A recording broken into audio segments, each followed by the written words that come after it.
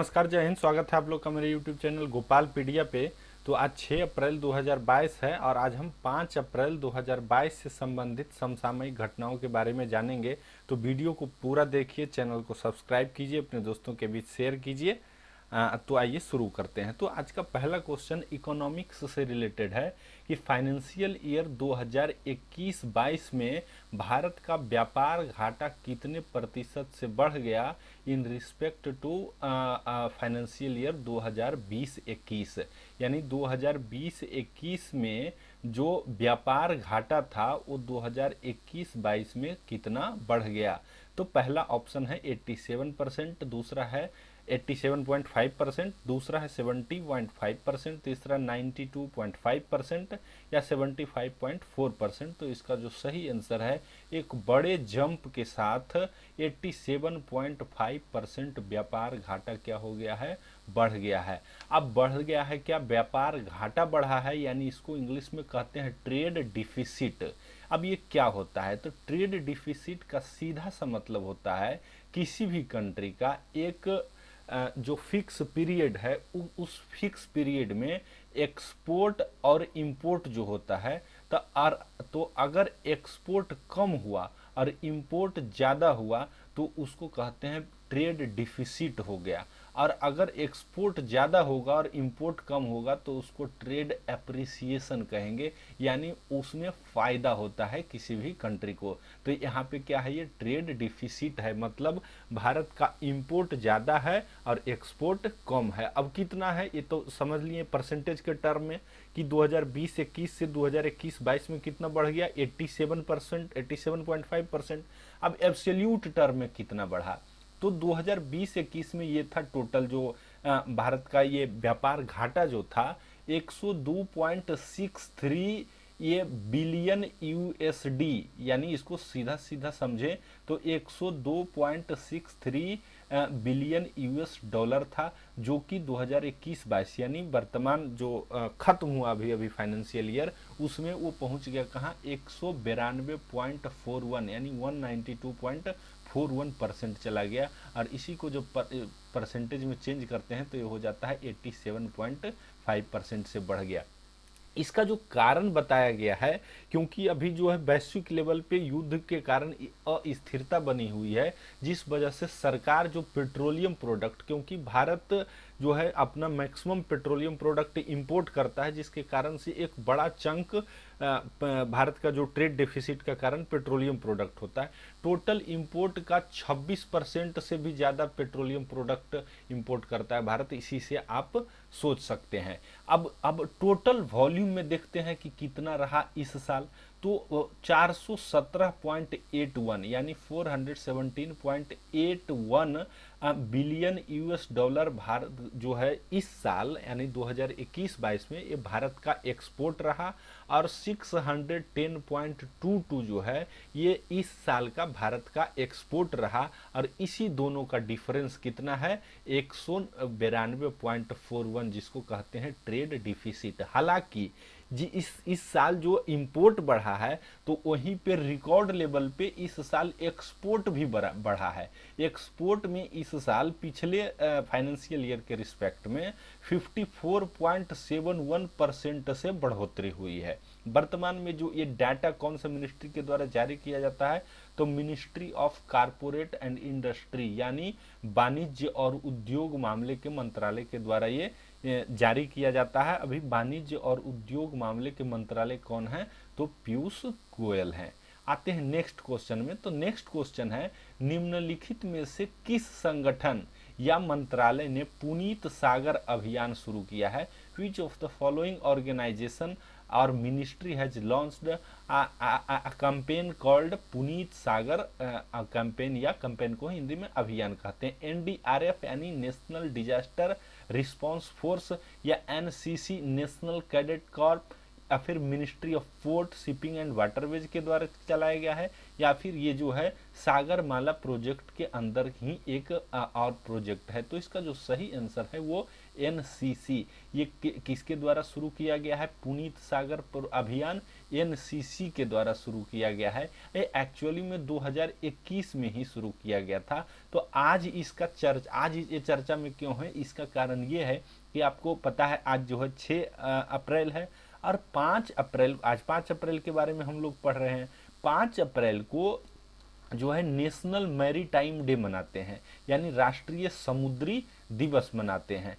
अब इसी अभियान से लिंक है कौन? पुनीत सागर अभियान। इस अभियान के तहत आज के दिन यानी नेशनल मैरीटाइम डे, आज नहीं जो बीत गया दिन यानी 5 अप्रैल को, जो समुद्र के किनारे जो प्लास्टिक्स हैं उसको ये एनसीसी के जो मेंबर हैं, एनसीसी में जो छात्र, ये चूंकि आपको पता है एनसीसी के बारे में बेसिक जानकारी होनी चाहिए कि एनसीसी जो है स्कूल, यूनिवर्सिटी, कॉलेज लेवल पे बच्चों को जो अग्रिम पंक्ति में लड़ाई लड़ने के लिए तैयार करती है कि अगर जरूरत पड़े उस आपातकाल स्थिति में, तो इनको जो है एनसीसी कैडेट्स जो होते हैं इनको जो है एक फौरी तौर पे ट्रेनिंग दे करके और युद्ध में उतारा जा सकता है। तो जो एनसीसी कैडेट्स हैं उन लोगों ने समुद्र के किनारे जो प्लास्टिक्स हैं उनको जमा किए और उसका उपयोग भी करा। उपयोग कैसे हो रहा है? तो एनसीसी ने NHAI, national highway authority of India से एक करार किया है। इस करार के तहत क्या है कि वो सारे प्लास्टिक एनएचएआई खरीद लेगी और उसका इस्तेमाल एनएचएआई रोड कंस्ट्रक्शन में करेगी। आजकल आप कल पढ़े थे ना हम लोग, waste to wealth clean India campaign जो चल रहा है उसी के अंतर्गत ये भी आ रहा है, पुनीत सागर अभियान। आप इसको याद रखिए। एनसीसी का स्थापना कब हुआ था? 1948 में एक कुंजूरू कमेटी थी, उसी कुंजूरू कमेटी के रिकमेंडेशन पे इसका स्थापना हुआ था। बढ़ते हैं नेक्स्ट क्वेश्चन की ओर।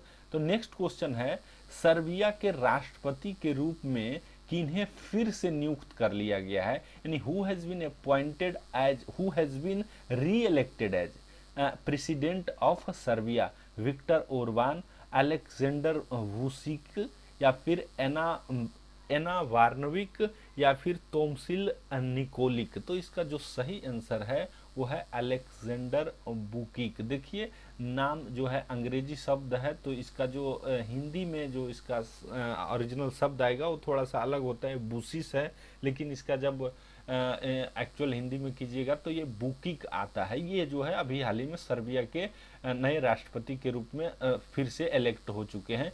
ये देख सकते हैं यहाँ पे, ये जो है अपना एंजॉय कर रहे हैं। तो ये जो है 2017 से राष्ट्रपति थे 5 साल के लिए, तो 2022 में अभी हाल ही में चुनाव हुआ। इनका गिनती कल जो हम लोग पढ़े थे विक्टर ओरबान के बारे में, ये प्राइम मिनिस्टर री इलेक्ट हुए हैं। ये भी कहाँ के हुए थे? हंगरी के, HUNGARY, हंगरी के। हंगरी की राजधानी कहाँ है? बुडापेस्ट। और सर्बिया की राजधानी कहाँ है? बेलग्रेड।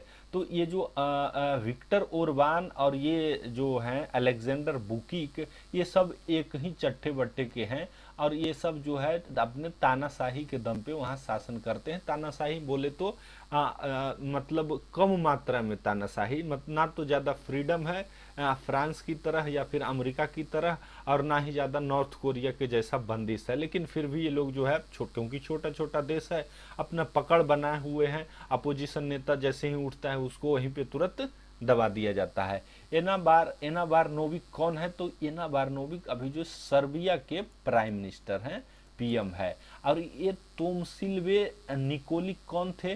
तो तोमसिल्वे निकोलिक वही व्यक्ति थे जिनसे 2017 में ये अलेक्जेंडर बुकिक ने सत्ता हासिल किया था, और अभी तक ये सत्ता का उपभोग कर रहे हैं।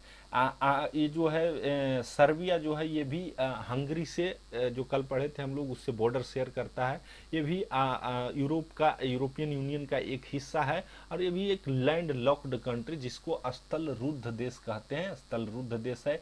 यहाँ का भी मुख्य जो इनकम का स्रोत है वो जितने भी यूरोपियन कंट्री हैं उनका जो है पर्यटन से एक अच्छा खासा इनकम और वहाँ के लोगों को रोजगार मिल जाता है। बढ़ते हैं नेक्स्ट क्वेश्चन की ओर। नेक्स्ट क्वेश्चन है, भारत के नए विदेश सचिव के रूप में किसे नियुक्त किया? गया है। Who has been appointed as new foreign secretary of India, Harshvardhan Shringla, Vinay Mohan Kwatra, या फिर राजीव गौबा, या अजय कुमार भल्ला। तो इसका जो सही आंसर है विनय मोहन क्वात्रा। ये चित्र में देख सकते हैं, यही है विजय मोहन क्वात्रा। ये 1988 बैच के आईएफएस ऑफिसर हैं। आईएफएस बोले तो इंडियन फॉरेन सर्विस। एक और आईएफएस होता है जिसको बोलते हैं इंडियन फॉरेस्ट सर्विस, लेकिन ये जो है भारतीय विदेश सेवा से संबंधित है, इसीलिए इनको विदेश आईएफएस के जो है 1988 के हैं, तो सोच सकते हैं लंबा इनका जो है अनुभव है। तो और जो ये फॉरेन सेक्रेटरी जो है विदेश मंत्रालय में सबसे उच्चतम जो पोस्ट है वो फॉरेन सेक्रेटरी का होता है। किसी भी मंत्रालय का जो संबंधित सेक्रेटरी होता है सबसे बड़ा पोस्ट होता है। ये जो ये सब पोस्ट है, इनकी नियुक्ति यूपीएससी के माध्यम से होती है, union public service commission. IFS, IPS और आईएएस, ये तीनों को ऑल इंडिया सर्विस कहा जाता है, अखिल भारतीय सेवा। अखिल भारतीय सेवा किसी सर्विस को घोषित करने का अधिकार किसके पास होता है? राज्यसभा के पास होता है। अब ये आईएफएस अधिकारी हैं और इनको बना दिया गया है अभी जो है फॉरेन सेक्रेटरी, क्योंकि 30 अप्रैल जो आने वाला टाइम है, 30 अप्रैल को अभी जो वर्तमान में फॉरेन सेक्रेटरी हैं हर्षवर्धन श्रृंगला, ये सुपर एन्यूएट कर जाएंगे, यानी ये रिटायर कर जाएंगे। तो उनसे पहले जो कैबिनेट कमिटी ऑफ अपॉइंटमेंट होती है, जिसमें प्राइम मिनिस्टर और प्लस होम मिनिस्टर होते हैं, उन दोनों के सहमति से ये अपॉइंटमेंट की जाती है, क्योंकि ये सब अपॉइंटमेंट कहीं ना कहीं थोड़ा पॉलिटिकल इन्फ्लुएंस अपॉइंटमेंट होता है। तो ये जो है अपॉइंटमेंट किया गया है कैबिनेट कमिटी ऑफ अपॉइंटमेंट के द्वारा। ये राजीव गौबा कौन है? तो अभी भारत के जो सबसे बड़े ब्यूरोक्रेट जिसको कहते हैं, यानी सबसे बड़ा नौकरशाह।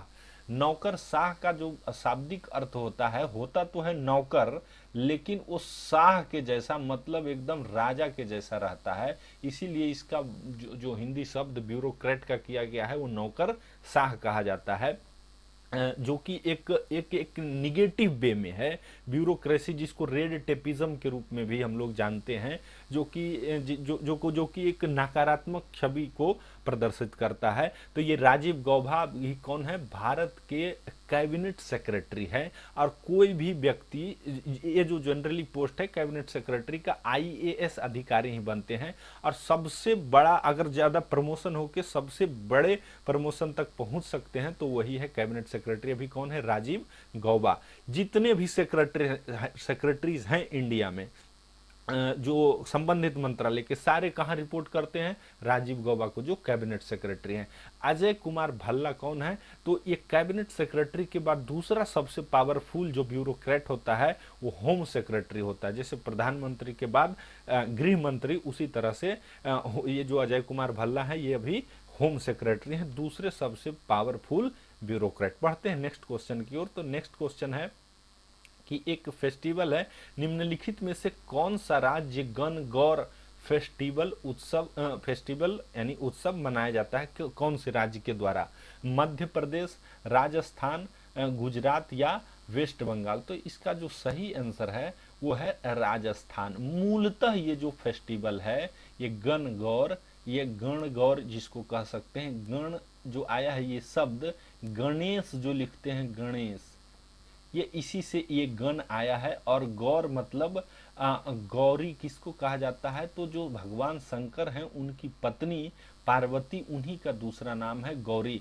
तो उन्हीं का इसमें पूजा किया जाता है। चित्र में देख सकते हैं, खास करके ये जो महिलाएं, दोनों विवाहित महिलाएं और अविवाहित महिलाएं, दोनों के द्वारा ये फेस्टिवल खास करके सेलिब्रेट किया जाता है। ये जो है नॉर्थ इंडिया में जैसे ही होली खत्म होता है उसके बाद ये शुरू हो जाता है, और एक बहुत लंबा जो है 18 दिन का ये जो है कार्यक्रम चलता है। हालांकि राजस्थान के जितने लोग हैं, अगर वो बाहर मध्य प्रदेश, गुजरात, वेस्ट बंगाल, सभी जगह ये जो है मनाते हैं, लेकिन ये मूलतः कहाँ मनाया जाता है? तो ये राजस्थान में मनाया जाता है। बढ़ते हैं नेक्स्ट क्वेश्चन की ओर। तो नेक्स्ट क्वेश्चन है, हाल ही में किस भारतीय संगीतकार ने पहला ग्रेमी पुरस्कार 2022 में अभी हाल ही में संपन्न जो ग्रेमी पुरस्कार हुआ, उसमें से कौन से भारतीय हैं जिन्होंने जीता? रिक्की केज, फाल्गुनी शाह, या इनको और एक उपनाम फालू के नाम से भी जाना जाता है, AR रहमान, या उस्ताद सुल्तान खान। तो इसका जो सही आंसर है वो है फाल्गुनी शाह या फालू। ये इंडियन अमेरिकन एक सिंगर और कंपोज़र हैं। इनको ये पहली बार अभी जो है एक कैटेगरी जिसका नाम है बेस्ट चिल्ड्रन म्यूजिक की कैटेगरी में इनको पहली बार ग्रैमी पुरस्कार से सम्मानित किया गया है। अब ये जो इनका जो एल्बम था उसका नाम क्या है? तो कलरफुल वर्ल्ड। ये कलरफुल वर्ल्ड का नाम का इनका एल्बम है जिसमें बच्चों के लिए संगीत है, उसी के लिए इनको जो है ये पुरस्कार दिया गया है। अब ये ग्रैमी अवार्ड है, तो ग्रैमी अवार्ड के बारे में जान लेते हैं। इसका स्थापना जो है 1959 में हुआ था, और इसका स्थापना किसके द्वारा किया गया था? तो अमेरिका की जो एसोसिएशन है, रिकॉर्डिंग एसोसिएशन, यानी कि जो वहाँ म्यूजिशियन जो वहाँ के म्यूजिशियंस हैं, वो म्यूजिक डायरेक्टर्स हैं, जो म्यूजिक सिंगर हैं, या फिर जो रिकॉर्डर हैं, वो सारे लोगों का एक एसोसिएशन है उन्हीं के द्वारा। और ये एसोसिएशन का स्थापना 1957 में किया गया था। 1959 से ये लगातार चलते आ रहा है।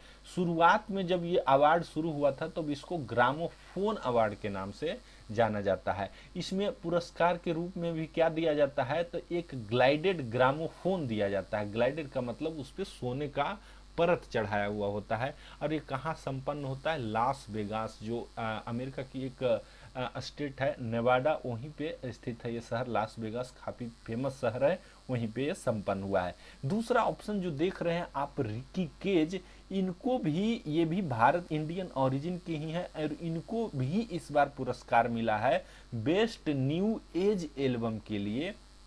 बेस्ट न्यू एज एल्बम वाले कैटेगरी में इनको एक ये जो पुरस्कार है ये दूसरा बार मिला है। पहली बार इनको ये 2015 में मिला था। ये जो फाल्गुनी शाह है ये भारत में भी काम कर चुके हैं। किनके साथ? AR रहमान के साथ। आप एक मूवी का नाम सुने होंगे, स्लम डॉग मिलेनियर। उसी में स्लम डॉग मिलेनियर में AR रहमान म्यूजिक जो रहमान के द्वारा ही दिया गया था, तो उनमें कोलाबोरेट की थी कौन? फाल्गुनी शाह। और फाल्गुनी शाह जो है अपने आरंभिक काल में म्यूजिक जो सीख रही थी इनके द्वारा, तो उस्ताद सुल्तान खान के द्वारा। बढ़ते हैं नेक्स्ट क्वेश्चन की ओर। तो नेक्स्ट क्वेश्चन है, निम्नलिखित में से किस देश ने HIV वैक्सीन का पहला चरण यानी फेज 1 क्लिनिकल ट्रायल शुरू कर दिया है? Which of the following country has launched phase 1 clinical trials of HIV vaccine? United kingdom, Israel, USA या फ्रांस? तो इसका जो सही आंसर है वो है USA। ये स्टडी कहाँ हो रहा है? तो ये USA के द्वारा किया जा रहा है। USA की एक संस्था है जिसका नाम है NIAID, यानी national institute for allergy and infectious disease नाम का एक संस्था है। यही संस्था इस स्टडी को स्पॉन्सर कर रही है। और इस संस्था जो स्पॉन्सर ये स्टडी किया जा रहा है, ये इसका नाम क्या है? तो HVTN। HVTN का मतलब होता है HIV वैक्सीन ट्रेल नेटवर्क। अब इसी के तहत ये जो है पहली बार HIV को जो नॉर्मली जो हम लोग आम भाषा में एड्स के रूप में जानते हैं, एक्वायर्ड इम्यूनो डिफिशियंसी सिंड्रोम के नाम से जो जानते हैं, जो इन्फेक्शन एक वायरल डिजीज है, वायरस से जो होता है, और इसका अभी तक कोई इलाज नहीं है, यानी ये ला इलाज है। इसी का पहला वैक्सीन जो है बनाया जा रहा है। इसमें जो टेक्नोलॉजी यूज की जा रही है, जो mRNA, आप पढ़े होइएगा बायोलॉजी में, DNA और RNA। DNA यानी डीऑक्सी राइबोज न्यूक्लिक एसिड, और RNA यानी राइबोज न्यूक्लिक एसिड, सीधे RNA राइबोज न्यूक्लिक एसिड। अब ये जो RNA होता है इसको फर्दर बाइफरकेट किया जाता है, और ये 3 तरह का होता है। एक मैसेंजर RNA, एक ट्रांसफर RNA, और एक राइबोसोमल RNA कहा जाता है। ये राइबोसोमल RNA जो है यही जो है ये रिस्पॉन्सिबल होता है जो सेल के अंदर जो प्रोटीन संश्लेषण होता है, प्रोटीन का जो निर्माण राइबोसोमल के द्वारा ही किया जाता है। तो ये मैसेंजर आरएनए है, इसी के सहयोग से ये जो है इस वैक्सीन का जो है डेवलप किया गया है और उसका फेज 1 जो है क्लिनिकल ट्रायल शुरू कर दिया गया है। इसका जो कॉन्सेप्ट देखिए कहीं कहीं होता है ना कि जो जब बहुत बड़ा समस्या है, समस्या में ही समाधान छुपा होता है। तो ये जो कोविड का जो वैक्सीन जब बन रहा था तो उसमें जो टेक्नोलॉजी का इस्तेमाल किया गया, उसी के तहत जब वो कोरोना में सक्सेसफुल हो गया तो उसी का इस्तेमाल करके यहाँ एक जो है नया एड्स के लिए ये बनाया जा रहा है। बढ़ते हैं नेक्स्ट क्वेश्चन की ओर। तो नेक्स्ट क्वेश्चन है निम्नलिखित हाल ही में संदर्भ सामग्री शब्द जो है चर्चा में था, यह निम्नलिखित में से किससे संबंधित है? Recently the term reference material, संदर्भ सामग्री नहीं, इसको याद रखिए, यही रिफरेंस मटेरियल के नाम से ये जो है न्यूज में था, ये किस चीज से संबंधित है? तो ये जो है एंटी डोपिंग से संबंधित है, या फिर ये जो है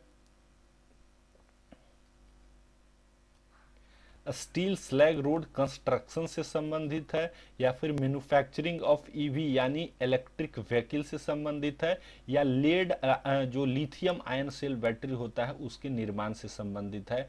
कहाँ इसका इस्तेमाल किया जाता है रेफरेंस मटेरियल का? तो इसका सही आंसर है anti doping testing, anti dope testing. Anti dope testing क्या होता है? तो जो एथलीट्स होते हैं वो अपने परफॉर्मेंस देने से पहले, जैसे मान लीजिए कि 100 मीटर का जो दौड़ है वो होने वाला है, और उससे एक दिन पहले 2 दिन पहले जो है किसी तरह का जो है पार्टिकुलर एक मेडिसिन ले लिए, जिस कारण से उसका स्टेमिना एकाएक क्या होगा, बूस्ट हो गया।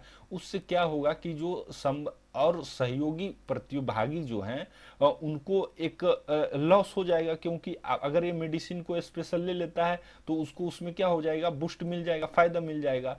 तो उसी को रोकने के लिए एक टेस्ट किया जाता है, उसको एंटी डोप टेस्ट कहते हैं। और उस टेस्ट करने के लिए जिस मटेरियल का इस्तेमाल किया जाता है वो प्योर फॉर्म ऑफ केमिकल्स होते हैं, उसी को कहते हैं रेफरेंस मटेरियल। भारत में जो एंटी डोप टेस्ट करने के लिए रिस्पॉन्सिबल एजेंसी है उसका नाम है नाडा, यानी नेशनल एंटी डोपिंग एजेंसी। अब ये अभी हाल ही में चर्चा में इसलिए है क्योंकि बहुत ही कम समय में, मात्र 1 साल के समय में भारत की जो रिसर्च संस्थाएं हैं इसने 6 आरएम जो रेफरेंस मटेरियल है इसका जो है संशोधन कर लिया है, खोज कर लिया है। पहले ये जो है ऑस्ट्रेलिया से भारत में आयात किया जाता था, जिस कारण से वो जो प्रचुर मात्रा में उपलब्ध भी नहीं हो पाता था। और कुछ दिन पहले जो वाडा है, यानी एंटी डोप टेस्टिंग के लिए जो इंटरनेशनल एजेंसी है, यानी वर्ल्ड एंटी डोपिंग एजेंसी, इसको वाडा कहते हैं, इसका जो हेडक्वार्टर है मॉन्ट्रियल कनाडा में स्थित है। वाडा ने हमारे जो इंडिया का टेस्टिंग एजेंसी है नाडा, इसका जो एक्रेडिशन खत्म कर दिया था। यानी जो है आप जो है सही ढंग से नहीं कर रहे हैं, इसलिए 1 साल के लिए जो नाडा के द्वारा जो प्रमाणित एथलीट हैं उनको एक्सेप्ट नहीं कर रहा था बाडा, इसलिए सरकार के द्वारा ये कदम उठाया गया कि जो है भारत की जो एजेंसी है नाडा, इसका वैल्यू बढ़े या इसके द्वारा प्रमाणित एथलीट को इंटरनेशनल गेम में पार्टिसिपेट करने का जो है मौका मिले, क्योंकि इससे इंटरनेशनल लेवल पे जो है छवि है खराब हो जाता है। अब ये देख सकते हैं चित्र में, अभी वर्तमान में जो ministry of youth and sports हैं, अनुराग ठाकुर, उनके द्वारा ये जो है हाल ही में रिलीज किया गया। बढ़ते हैं नेक्स्ट क्वेश्चन है। नेक्स्ट क्वेश्चन है निम्नलिखित में से कौन सा शहर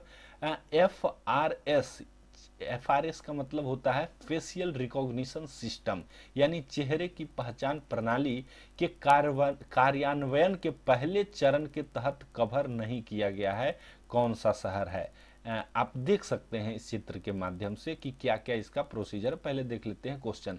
पहला कोलकाता, वाराणसी, पुणे, बेंगलुरु, विजयवाड़ा या हैदराबाद या फिर दिल्ली। तो इसका जो सही आंसर है वो अपने आप मान लीजिए option D, option E, none of the above, none of the above जिसको कहते हैं ना नोटा, वही नोटा, इनमें से कोई नहीं है।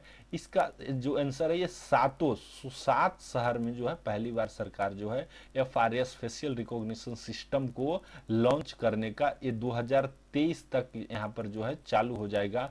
और पहले जो ट्रायल में कहाँ पे लगाया जाएगा, तो पार्टिकुलरली जो है एयरपोर्ट्स पे जो है इसको लगाया जाएगा, जिससे हेजल फ्री जो पासेस है वो उसका जो है सहायता मिले। यानी आपको जैसे अभी आप एयरपोर्ट पे जाते होंगे तो एक जगह आप अपना लगेज दीजिए, बहुत सारा जो है इंटरनेशनल फ्लाइट पे जाने से पहले तो और बहुत सारा जो है पासेस से होकर के आपको गुजरना पड़ता है, बहुत सारा सिक्योरिटी चेकअप होता है।